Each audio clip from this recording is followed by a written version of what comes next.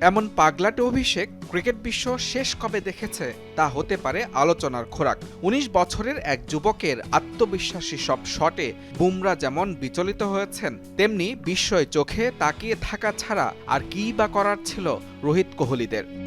শ্রীলঙ্কা আবারও রপ্তানিতে শীর্ষে। বক্সিং ডে টেস্টের প্রথম সকালে এভাবেই নিজের আগমনী জানান দেন স্যাম কনস্টাস।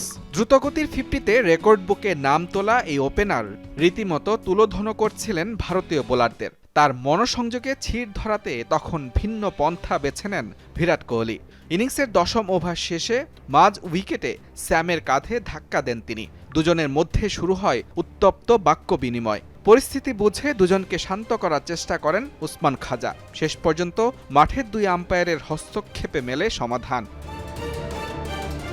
পুরো ঘটনায় কোহলিকেই কাঠগড়ায় দাঁড় করালেন ম্যাচের ধারাভাষ্যকার মাইকেল ভন ও রিকি পন্টিং। কোহলি এই মুহূর্তের কথা মনে করে কখনোই গর্ব অনুভব করবে না। কনস্টাস স্রেফ হেঁটে যাচ্ছিল। কোহলিকে দেখুন, সে তার পথের দিক পাল্টেছে। একজন কিংবদন্তি হিসেবে কোহলি অবশ্য কৃতকর্ম নিয়ে ভাববে।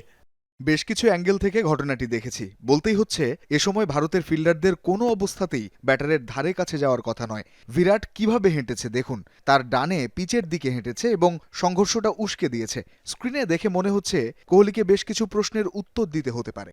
বিরাট কোহলির এমন আচরণে খুশি হতে পারেননি সাবেক ভারতীয় অধিনায়ক সুনীল গাভাস্কারও।